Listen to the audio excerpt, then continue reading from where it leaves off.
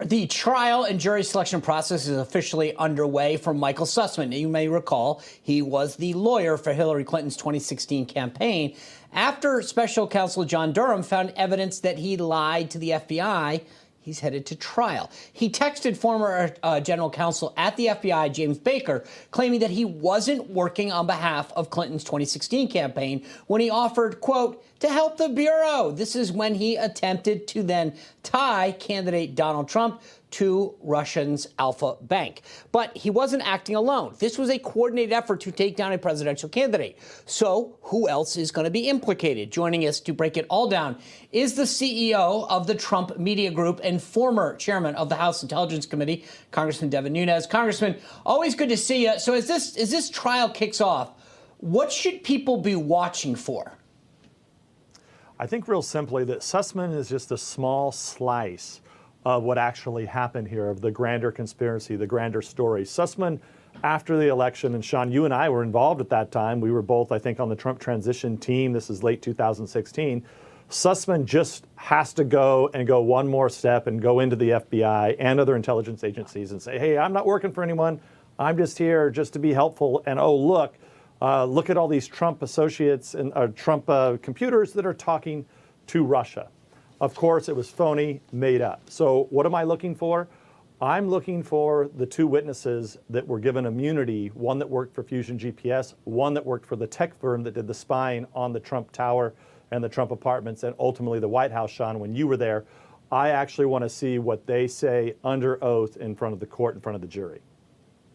So you brought up an interesting point because Sussman's pretty much acting in his text like, hey, I'm a good guy here. I'm doing this out of the goodness of my heart. There's going to be a jury in this trial. I know you're not a lawyer, but do you think that they're going to buy that line of reasoning?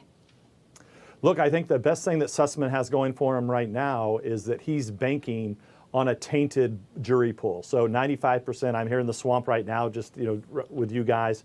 95% of the jury here are clearly anti-Trump and clearly pro-Democrat. And I think that's what Sussman has to be banking on, that he's willing to risk everything and take the fall for the whole DNC and the Clintons and dirty cops of the DOJ and the FBI is astonishing to me, but it looks like he's willing to do it. Maybe he's worried about the other effects if he did actually do what he should do, which is to come out and tell the truth, that this was all set up, it was all a conspiracy, they were all in on it, but he's clearly protecting whoever gave him the order. And he's willing, it looks like, to go to jail for it. So it's interesting. I mean, you're right. Looking at these witnesses, they've been given immunity, so they have no reason to just expose everything that happened. But it amazes me, basically 6 years since, you were just referring to it, that presidential transition.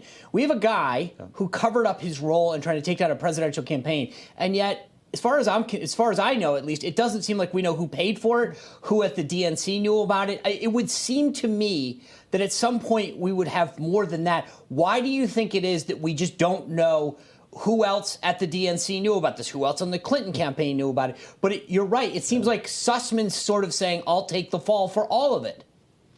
Yeah, and Sean, they did a lot of damage. I mean, you were there in the White House at the time. I was on the transition team.